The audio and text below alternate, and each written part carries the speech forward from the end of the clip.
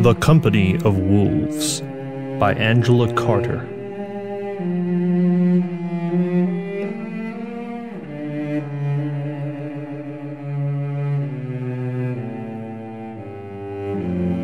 One beast, and only one, howls in the woods by night. The wolf is carnivore incarnate, and he's as cunning as he is ferocious. Once he's had a taste of flesh, then nothing else will do. At night, the eyes of wolves shine like candle flames, yellowish, reddish, but that is because the pupils of their eyes fatten on darkness and catch the light from your lantern to flash it back to you. Red for danger. If a wolf's eyes reflect only moonlight, then they gleam a cold and unnatural green, a mineral, a piercing color. If the benighted traveler spies those luminous, terrible sequins stitched suddenly on the black thickets, then he knows he must run, if fear has not struck him stock still. But those eyes are all you will be able to glimpse of the forest assassins, as they cluster invisibly round your smell of meat, as you go through the wood unwisely late. They will be like shadows, they will be like wraiths, grey members of a congregation of nightmare. Hark! His long wavering howl, an aria of fear made audible. The wolf song is the sound of the rending you will suffer, in itself a murdering. It is winter and cold weather. In this region of mountain and forest, there is now nothing for the wolves to eat. Goats and sheep are locked up in the byre. The deer departed for the remaining pasturage on the southern slopes. Wolves grow lean and famished. There is so little flesh on them that you could count the starveling ribs through their pelts, if they gave you time before they pounced. Those slavering jaws, the lolling tongue, the rime of saliva on the grizzled chops. Of all the teeming perils of the night and the forest, ghosts, hobgoblins, ogres that grill babies upon gridirons, witches that fatten their captives in cages for cannibal tables, the wolf is worst, for he cannot listen to reason. You are always in danger in the forest, where no people are.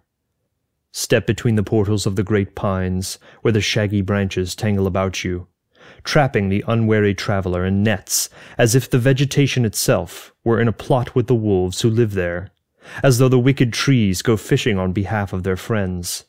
Step between the gateposts of the forest with the greatest trepidation and infinite precautions, for if you stray from the path for one instant, the wolves will eat you. They are grey as famine, they are unkind as plague. The grave-eyed children of the sparse villages always carry knives with them when they go out to tend the little flocks of goats that provide the homesteads with acrid milk and rank, maggoty cheeses. Their knives are half as big as they are. The blades are sharpened daily.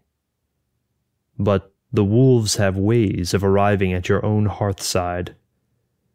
We try and try, but sometimes we cannot keep them out.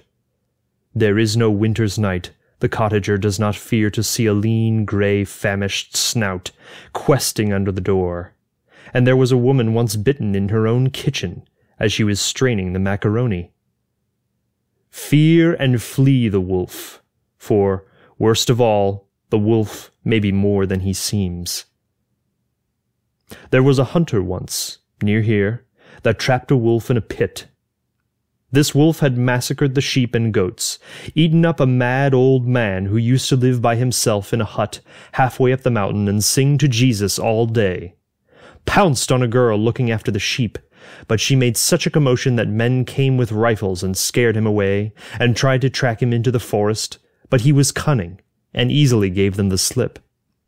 So this hunter dug a pit, and put a live duck in it for bait, and he covered the pit with straw smeared with wolf dung. Quack, quack went the duck, and a wolf came slinking out of the forest, a big one, a heavy one. He weighed as much as a grown man, and the straw gave way beneath him. Into the pit he tumbled. The hunter jumped down after him, slit his throat, cut off all his paws for a trophy. And then no wolf at all lay in front of the hunter, but the bloody trunk of a man, headless, footless, dying, dead. A witch from up the valley once turned an entire wedding party into wolves because the groom had settled on another girl. She used to order them to visit her, at night, from spite, and they would sit and howl around her cottage for her, serenading her with their misery. Not so very long ago, a young woman in our village married a man who vanished clean away on her wedding night. The bed was made with new sheets, and the bride lay down in it. The groom said he was going out to relieve himself, insisted on it, for the sake of decency, and she drew the coverlet up to her chin, and she lay there. And she waited, and she waited, and then she waited again. Surely he's been gone a long time. Until she jumps up in bed and shrieks to hear a howling coming on the wind from the forest. That long-drawn, wavering howl has, for all its fearful resonance, some inherent sadness in it, as if the beasts would love to be less beastly, if only they knew how, and never cease to mourn their own condition. There is a vast melancholy in the canticles of the wolves, melancholy infinite as the forest, endless as these long nights of winter, and yet that ghastly sadness, that mourning for their own irremediable appetites, can never move the heart, for not one phrase in it hints at the possibility of redemption. Grace could not come to the wolf from its own despair, only through some external mediator, so that sometimes the beast will look as if he half welcomes the knife that dispatches him. The young woman's brothers searched the outhouses and the haystacks, but never found any remains, so the sensible girl dried her eyes, and found herself another husband, not too shy to piss into a pot, who spent the nights indoors. She gave him a pair of bonny babies, and all went right as a trivet until, one freezing night, the night of the solstice, the hinge of the year when things do not fit together as well as they should, the longest night, her first good man came home again. A great thump on the door announced him, as she was stirring the soup for the father of her children, and she knew him the moment she lifted the latch to him, although it was years since she'd worn black for him, and now he was in rags, and his hair hung down his back, and never saw a comb, alive with lice. "Here I am again, missus," he said. "Get me my bowl of cabbage, and be quick about it." Then her second husband came in, with wood for the fire, and when the first one saw she'd slept with another man, and, worse, clapped his red eyes on her little children, who'd crept into the kitchen to see what all the din was about, he shouted, "I wish I were a wolf again, to teach this whore a lesson." So a wolf he instantly became, and tore off the eldest boy's left foot before he was chopped up with the hatchet they used for chopping logs. But when the wolf lay bleeding and gasping its last, the pelt peeled off again, and he was just as he had been, years ago, when he ran away from his marriage bed, so that she wept, and her second husband beat her. They say there's an ointment the devil gives you, that turns you into a wolf the minute you rub it on, or that he was born feet first, and had a wolf for his father, and his torso is a man's, but his legs and genitals are a wolf's, and he has a wolf's heart. 7 years is a werewolf's natural span, but if you burn his human clothing, you condemn him to wolfishness for the rest of his life. So old wives hereabouts think it's some protection to throw a hat or an apron at the werewolf, as if clothes made the man. Yet by the eyes, those phosphorescent eyes, you know him in all his shapes, the eyes alone unchanged by metamorphosis. Before he can become a wolf, the lycanthrope strips stark naked. If you spy a naked man among the pines, you must run as if the devil were after you. It is midwinter, and the robin, the friend of man, sits on the handle of the gardener's spade and sings. It is the worst time in all the year for wolves, but this strong-minded child insists she will go off through the wood.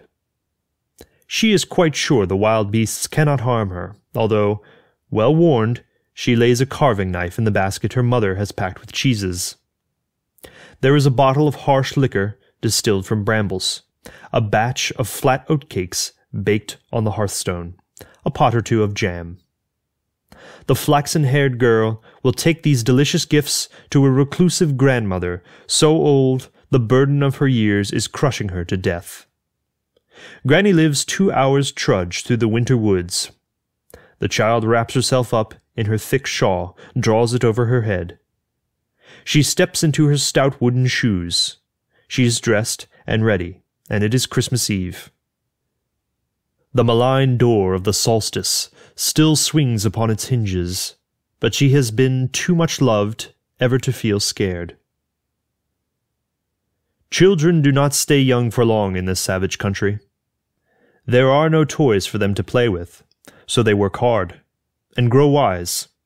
But this one, so pretty and the youngest of her family, a little latecomer, had been indulged by her mother and the grandmother who'd knitted her the red shawl that, today, has the ominous, if brilliant look of blood on snow. Her breasts have just begun to swell. Her hair is like lint, so fair it hardly makes a shadow on her pale forehead. Her cheeks are an emblematic scarlet and white, and she has just started her woman's bleeding, the clock inside her that will strike, henceforward, once a month. She stands and moves within the invisible pentacle of her own virginity. She is an unbroken egg. She is a sealed vessel. She has inside her a magic space, the entrance to which is shut tight with a plug of membrane. She is a closed system. She does not know how to shiver. She has her knife, and she is afraid of nothing. Her father might forbid her, if he were home, but he is away in the forest, gathering wood, and her mother cannot deny her. The forest closed upon her like a pair of jaws. There is always something to look at in the forest, even in the middle of winter. The huddled mounds of birds, succumbed to the lethargy of the season, heaped on the creaking boughs and too forlorn to sing. The bright frills of the winter fungi on the blotched trunks of the trees, the cuneiform slots of rabbits and deer, the herringbone tracks of the birds, a hare as lean as a rasher of bacon streaking across the path, where the thin sunlight dapples the russet brakes of last year's bracken. When she heard the freezing howl of a distant wolf, her practised hands sprang to the handle of her knife. But she saw no sign of a wolf at all, nor of a naked man neither. But then she heard a clattering among the brushwood, and there sprang onto the path a fully clothed one. A very handsome young one, in the green coat and wide-awake hat of a hunter, laden with carcasses of game birds. She had her hand on her knife at the first rustle of twigs, but he laughed with a flash of white teeth when he saw her, and made her a comic yet flattering little bow. She'd never seen such a fine fellow before, not among the rustic clowns of her native village. So on they went together, through the thickening light of the afternoon. Soon they were laughing and joking like old friends. When he offered to carry her basket, she gave it to him, although her knife was in it, because he told her his rifle would protect them. As the day darkened, it began to snow again. She felt the first flakes settle on her eyelashes, but now there was only half a mile to go, and there would be a fire, and hot tea, and a welcome, a warm one, surely, for the dashing huntsman as well as for herself. This young man had a remarkable object in his pocket. It was a compass. She looked at the little round glass face in the palm of his hand, and watched the wavering needle with a vague wonder. He assured her this compass had taken him safely through the wood on his hunting trip, because the needle always told him with perfect accuracy where the north was. She did not believe it. She knew she should never leave the path on the way through the wood, or else she would be lost instantly. He laughed at her again. Gleaming trails of spittle clung to his teeth. He said if he plunged off the path into the forest that surrounded them, he could guarantee to arrive at her grandmother's house a good quarter of an hour before she did, plodding his way through the undergrowth with his compass, while she trudged the long way along the winding path. "I don't believe you.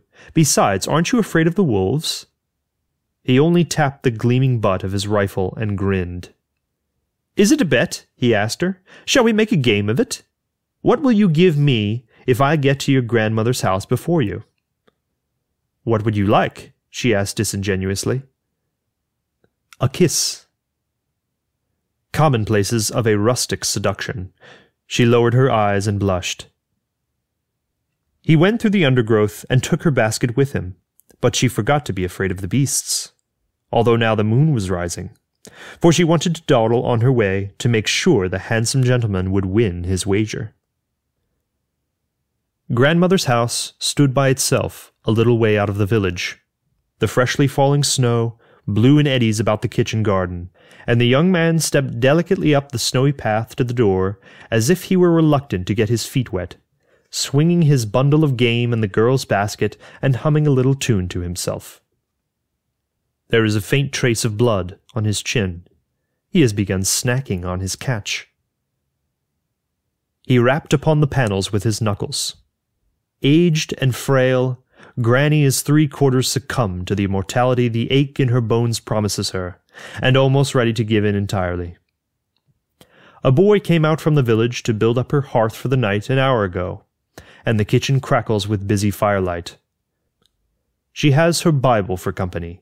She is a pious old woman. She is propped up on several pillows in the bed, set into the wall peasant fashion, wrapped up in the patchwork quilt she made before she was married, more years ago than she cares to remember.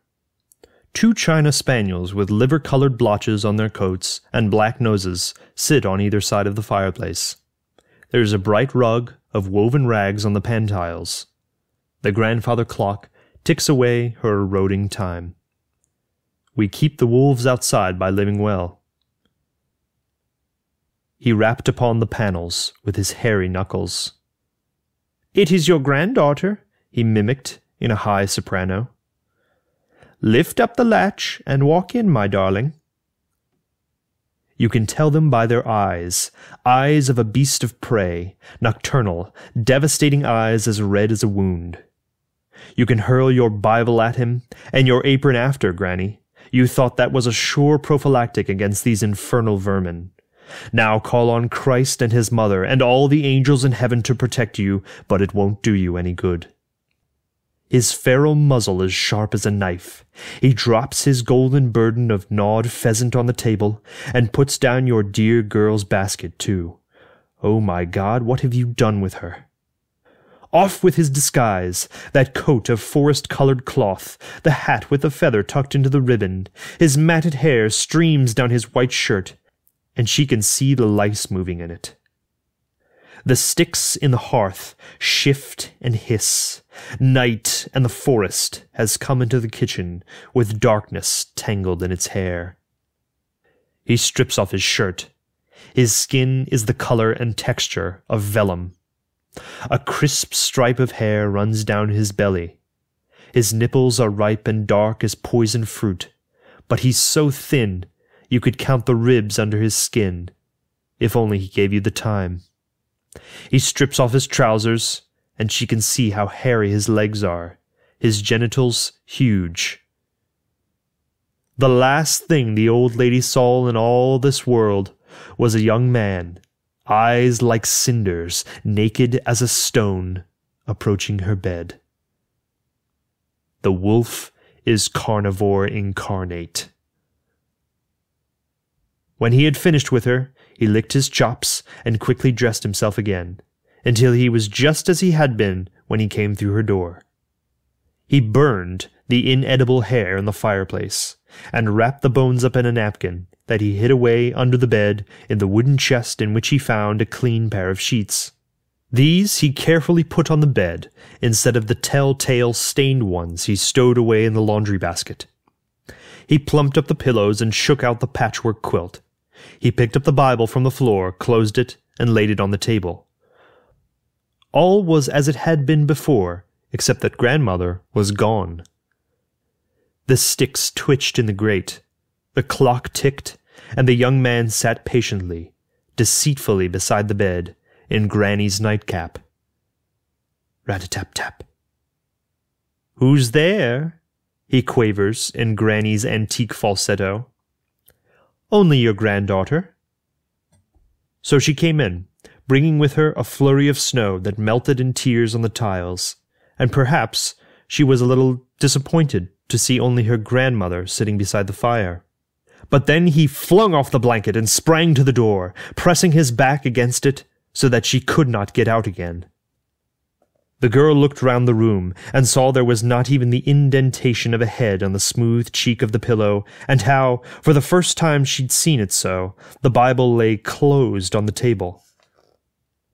The tick of the clock cracked like a whip. She wanted her knife from her basket, but she did not dare reach for it, because his eyes were fixed upon her, huge eyes that now seemed to shine with a unique interior light, eyes the size of saucers, saucers full of Greek fire, diabolic phosphorescence. "What big eyes you have! All the better to see you with." No trace at all of the old woman, except for a tuft of white hair that had caught in the bark of an unburned log. When the girl saw that, she knew she was in danger of death. "Where is my grandmother?" "There's nobody here but we two, my darling." Now a great howling rose up all around them, near, very near, as close as the kitchen garden, the howling of a multitude of wolves. She knew the worst wolves are hairy on the inside, and she shivered, in spite of the scarlet shawl she pulled more closely round herself, as if it could protect her, although it was as red as the blood she must spill. "Who has come to sing us carols?" she said. "Those are the voices of my brothers, darling. I love the company of wolves. Look out of the window and you'll see them." Snow half-caked the lattice, and she opened it to look into the garden.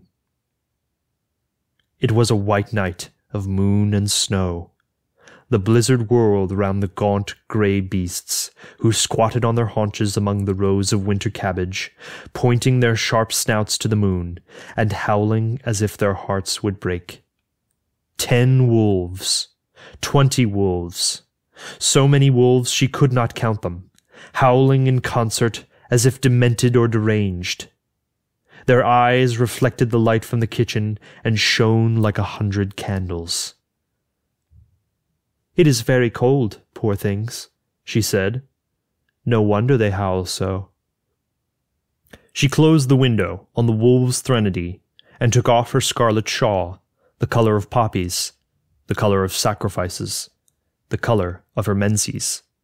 And since her fear did her no good, she ceased to be afraid. "What shall I do with my shawl?" "Throw it on the fire, dear one. You won't need it again." She bundled up her shawl and threw it on the blaze, which instantly consumed it. Then she drew her blouse over her head.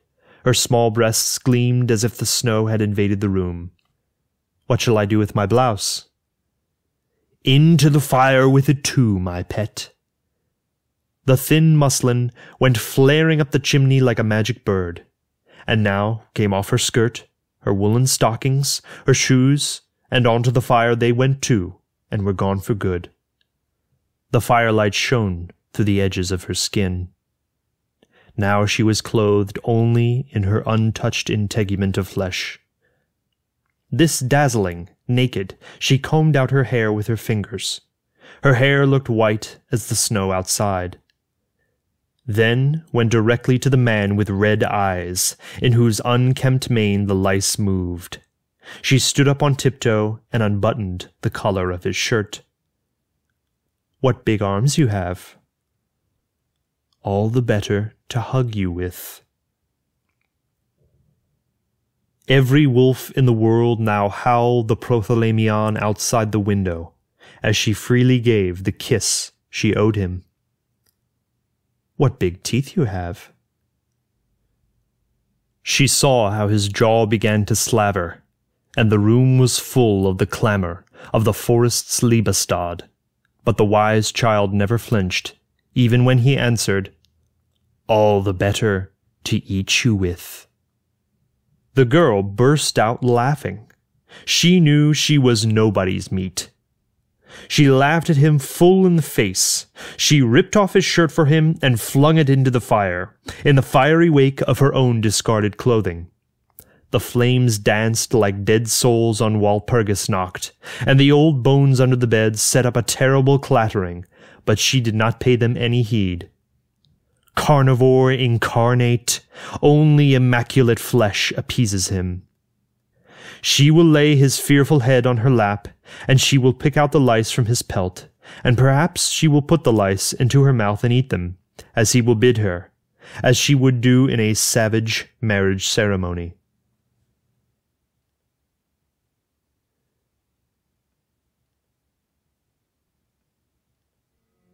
The blizzard died down, leaving the mountains as randomly covered with snow as if a blind woman had thrown a sheet over them.